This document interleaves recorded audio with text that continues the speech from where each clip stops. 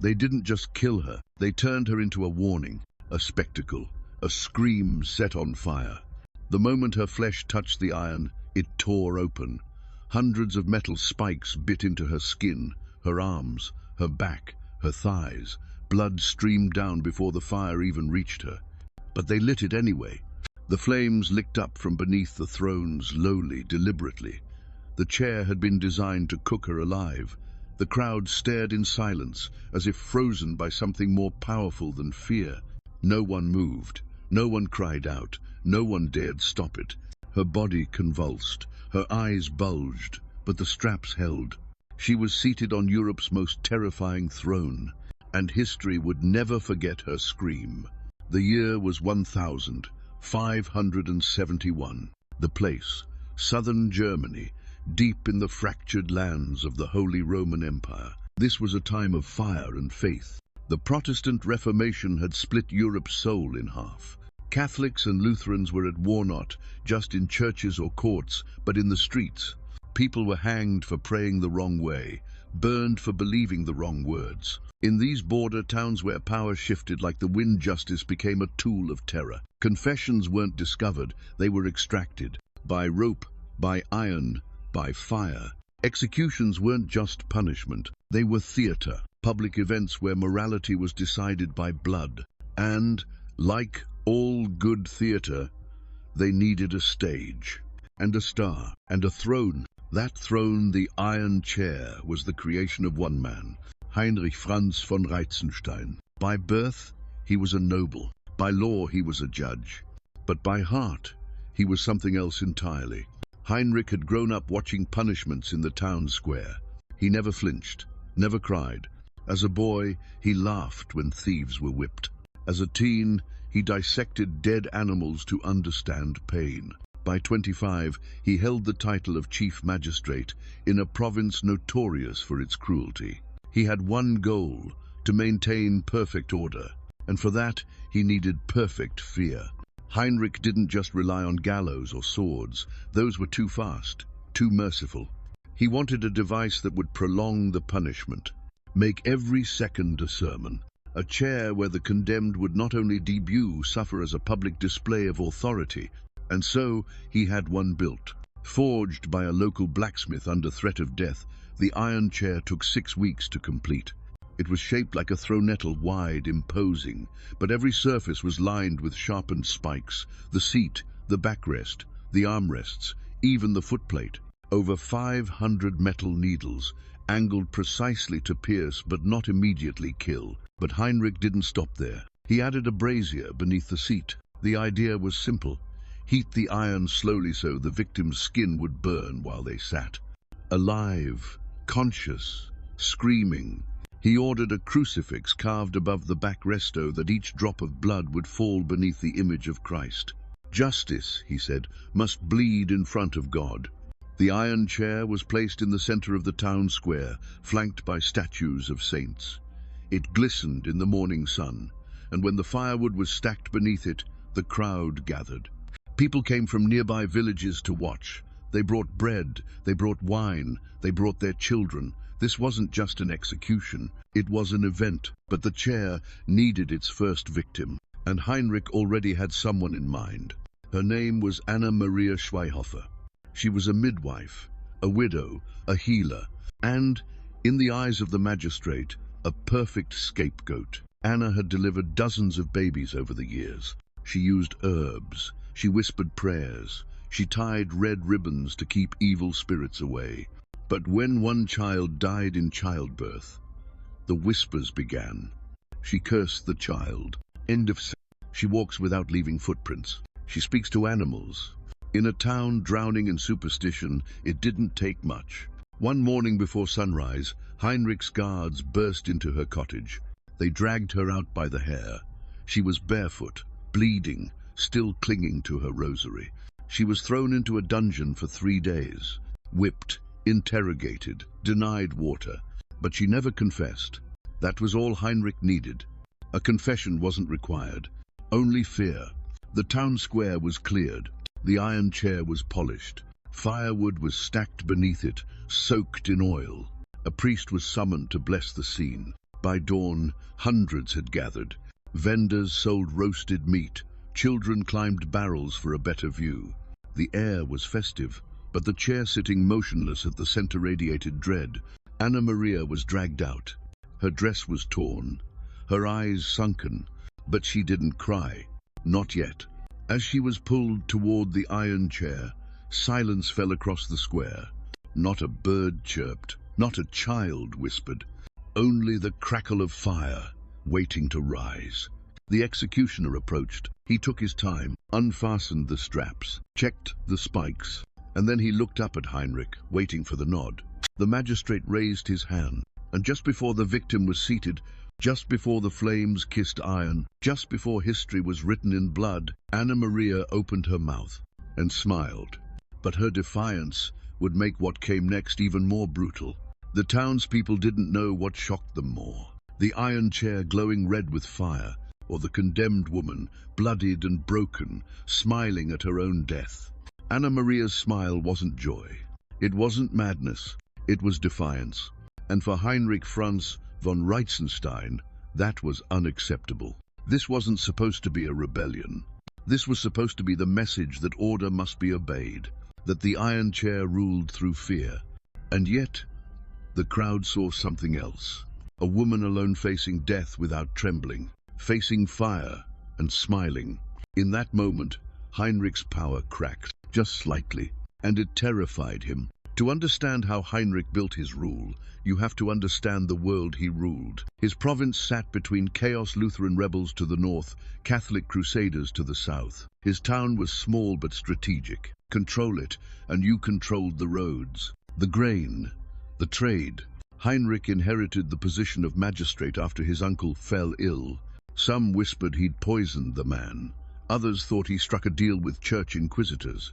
Either way, within a year of taking power, Heinrich had rewritten the legal code. He introduced public punishment for minor crimes, whippings for vagrancy, stocks for gossip, branding for theft. But most chilling of all, he empowered himself to judge heretics and witches without a council. He called it moral urgency. Others called it dictatorship. Not everyone supported Heinrich's methods. There were whispers among the merchants, among the priests, even among his own advisors. His scribe, a quiet man named Elias, began copying transcripts of executions into a secret book. He wrote about the screams, the prayers, the way Heinrich watched, never flinching. Elias wasn't alone. Father Matthias, a priest sent from another diocese, denounced the iron chair from the pulpit. He called it Satan's throne. He said, "No justice flows from fire, only fear." Within a week, Father Matthias had disappeared. They said he'd gone back to Rome, but no one ever saw him leave. One of the local aldermen, Konrad Schultz, spoke privately against Heinrich during a gathering. 2 days later, his daughter was accused of witchcraft. She was 12. That's how the iron chair worked, not just through blood, but through threat. If Heinrich couldn't make the people love him, he would make them terrified to cross him. But Heinrich knew fear alone wouldn't last forever. So he made a political gamble. He sent word to the church's regional inquisitor offering his town as a model of holy justice. He described the iron chair as a tool of divine cleansing, a way to purify sin, a way to burn heresy from the body like disease. The Inquisition, stretched thin across German territories, was intrigued. They sent an observer, a man in black robes with cold eyes and a colder smile. His name was Anton Keller. Anton watched 3 executions. He asked no questions. He simply wrote in a red leather book. And after the 3rd burning, he turned to Heinrich and said, "You're not a magistrate. You're a flame with a crown." Heinrich smiled. To him, that was a compliment. But what Anton didn't tell him was that the church did not like flames they couldn't control. As Heinrich's power grew, so did his enemies. Elias, the scribe, began smuggling notes to a nearby monastery. The monks there were copying them, spreading stories of the iron chair across villages. One parchment read, "She screamed for 2 hours. The iron glowed like the sun, and the magistrate never looked away." Another said, "They say the chair burns sin, but I saw innocents bleed." Heinrich found out Ehad Elias arrested. No trial, no priest, just fire. The execution was rushed, sloppy, desperate. The town noticed. Whispers turned to doubts. Doubts turned to questions. And questions are poison to tyrants. Then came the letter, slipped under the door of the tavern. No signature, just words. The chair is a lie. He builds power on blood, and soon it will be his turn to burn. Heinrich read it, laughed. But he didn't sleep that night. He doubled the guard, built a second dungeon, burned 6 people in 2 weeks. The flames got higher, the screams got louder, but the fear began to turn inward. People didn't just fear the chair anymore. They feared what it was turning them into. Anna Maria sat on the iron chair, the crowd still frozen in that moment of her defiant smile. The fire had not yet been lit. The executioner hesitated. For the first time, he looked at Heinrich, then at the crowd, then at Anna, and she said softly but clearly, "I forgive you." The words cut deeper than any blade. Then the flames began to rise. But what burned that day wasn't just her flesh. It was the last illusion of justice. Anna Maria didn't scream when the flames touched the iron. She didn't flinch.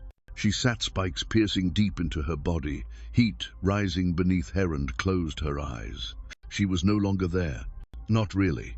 She had left that square long before the executioner lit the fire. And what remained was only flesh. The crowd didn't know how to react. Was this bravery? Was it witchcraft? Was it madness? Heinrich didn't care. What mattered was this: the crowd was no longer watching him. For years, Heinrich Franz von Reitzenstein had ruled through spectacle, through pain, through fear. But fear is a fragile leash. Too much of it, and people no longer follow. They just wait for a chance to run. In the days after Anna's death, something shifted. The square where the iron chair stood felt colder. Vendors no longer set up shop nearby. Children stopped playing near the stone columns. People spoke less, prayed more. And when they looked at Heinrich, they didn't bow. They averted their eyes. It was subtle, but he felt it. The iron chair had been his symbol of control. Now it felt like a curse. Anna's body was removed the next morning. What remained had fused with the iron. Her skin had burned into the metal. Some said her spine had snapped. Others said she never broke. The executioner tasked with removing her resigned that afternoon. He said nothing, simply took off his gloves, left them on the chair, and walked into the forest. He was never seen again. But what came next was worse than silence. It was the writing. Hand-copied leaflets began to circulate. They described Anna's final moments, not as fear but as martyrdom. "She did not scream," one read. "She forgave them as they lit the fire," said another.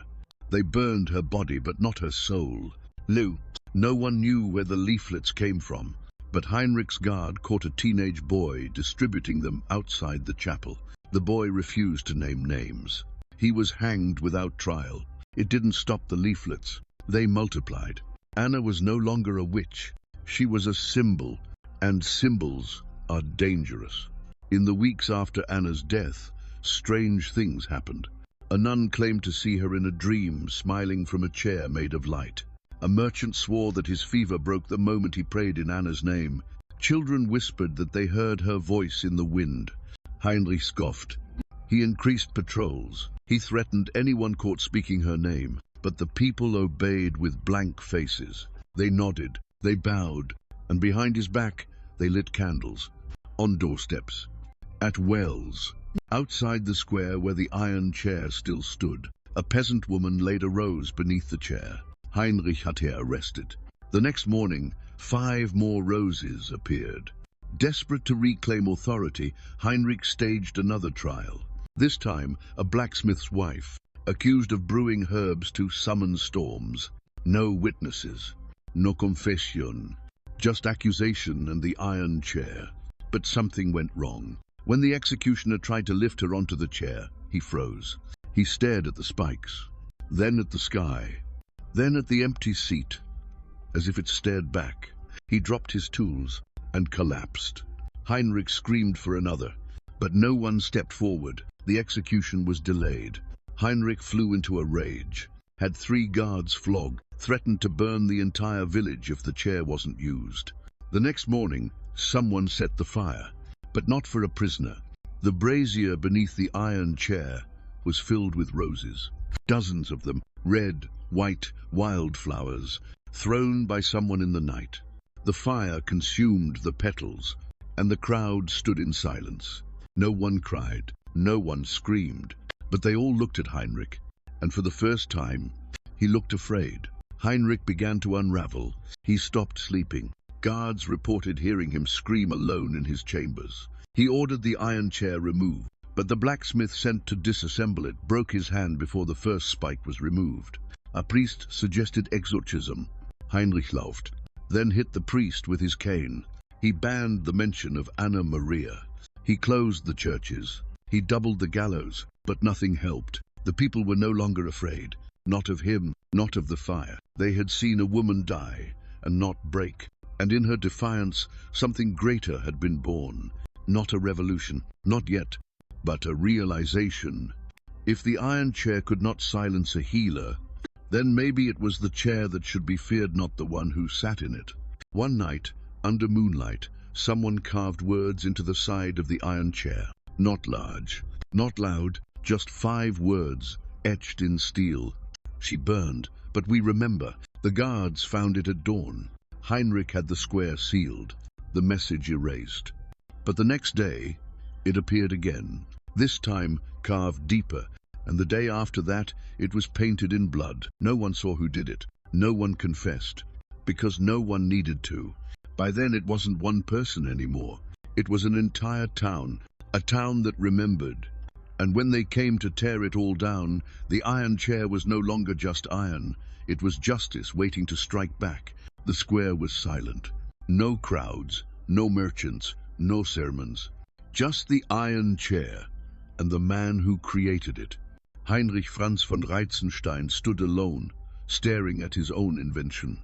The fire pit beneath it had long gone cold. The blood had dried, but the memory burned hotter than ever.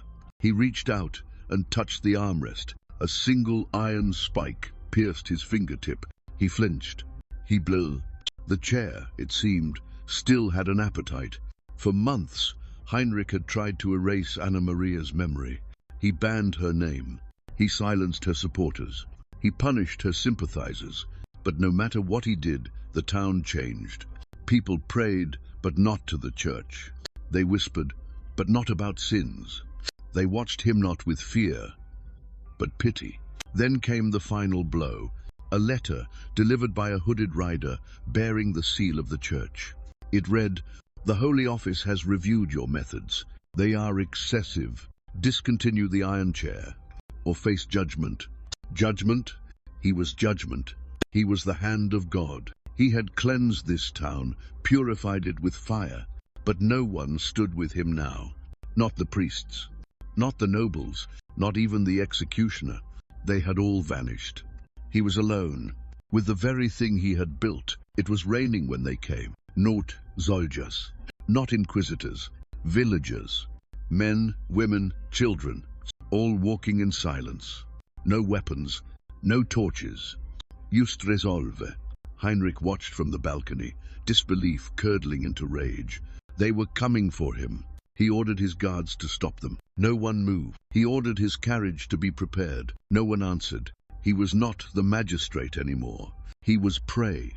The villagers marched to the square and stopped in front of the iron chair. They said nothing. Then, slowly, almost reverently, they turned to the courthouse and waited. For him. No trial, no accusations, no torture, just a silent demand. "Sit." Heinrich laughed until his voice cracked. "You think I belong there?" he shouted. "I made this town. I brought justice. I burned evil out of your homes." But the villagers didn't move. One child stepped forward, dropped a rose at the base of the chair. Then another. Then another. A pile of roses beneath iron. Heinrich's voice broke. "You want to kill me?" he screamed. "Then do it. Don't pretend this is justice. You're no better than I was." Still silence. And then he did the unthinkable. He walked down the steps. He walked through the crowd, and he sat. The spikes met his skin. He gasped, not because of the pain, but because of the sound. The chair groaned, iron on iron, steel grinding like it remembered. He tried to rise, but hands held him down, gentle but unyielding. Leather straps bound his arms, his chest, his legs. Someone lit the brazier. The fire sparked, crackled, caught. Heat climbed, first slow, then faster, then relentless. The iron beneath him began to change color, from black to gray to red. He screamed, not the commanding roar of a judge, not the proud cry of a martyr, a scream of regret, of fear, of a man realizing too late that he had created his own end. Sight, the glow of the flames beneath him, the flicker of orange reflected in the spikes. The faces in the crowd, calm and tearless. Sound, the hiss of skin against hot iron, the creak of the chair adjusting beneath his weight, his own voice breaking again and again. Smell, burning leather, scorched flesh, iron rust turning into ash. Touch, spikes driving deeper with every flinch. Heat crawling up his spine, straps cutting into his wrists as he thrashed. Taste, metaphorically, the bitter tang of defeat, the metallic breath of a man choking on his legacy. No one cheered, no one wept, no one stopped it. They just stood and watched. It wasn't vengeance, it wasn't justice. It was balance.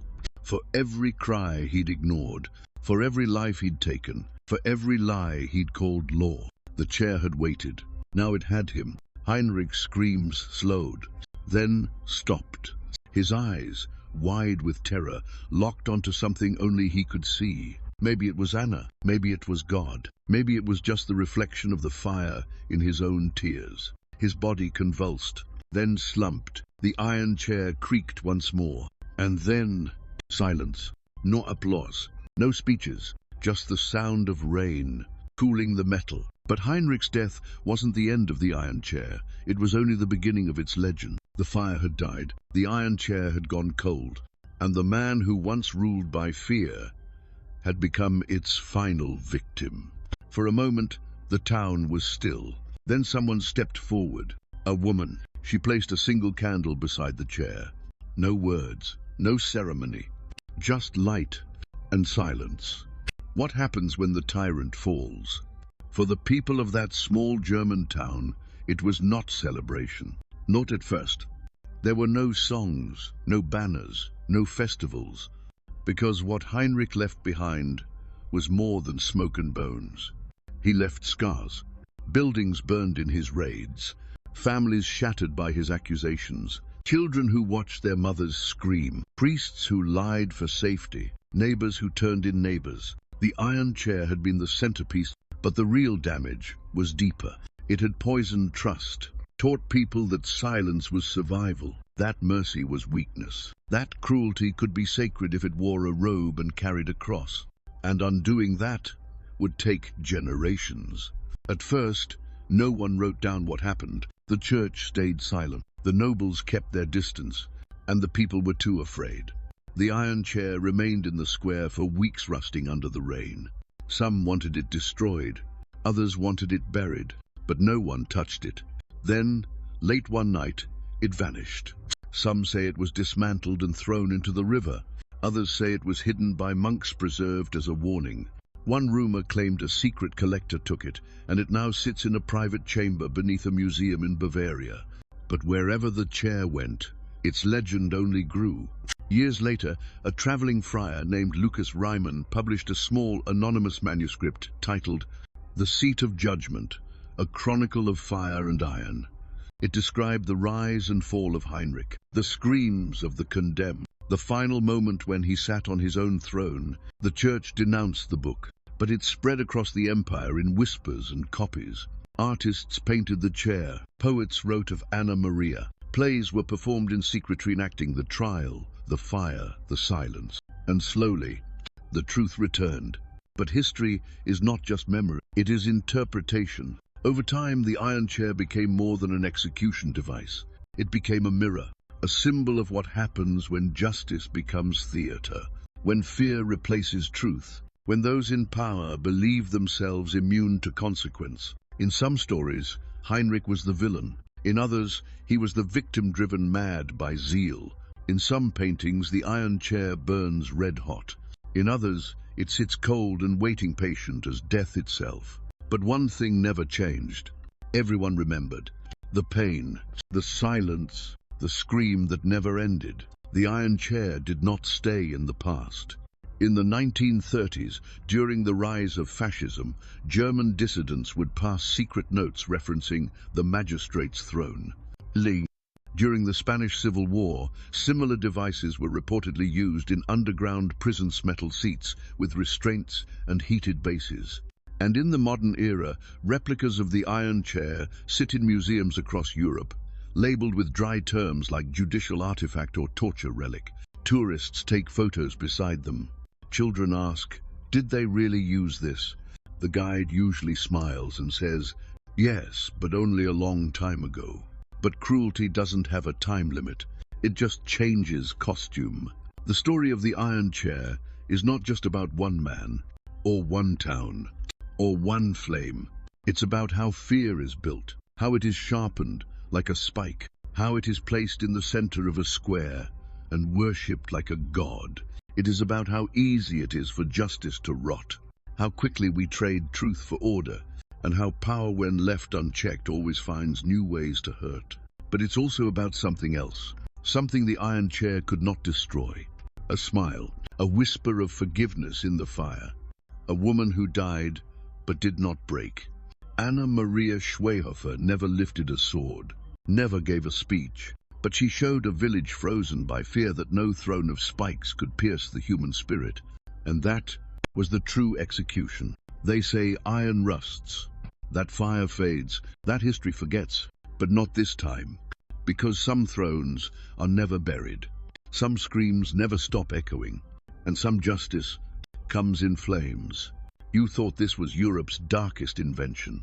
Wait until you meet the queen who was bricked inside her own tomb, alive.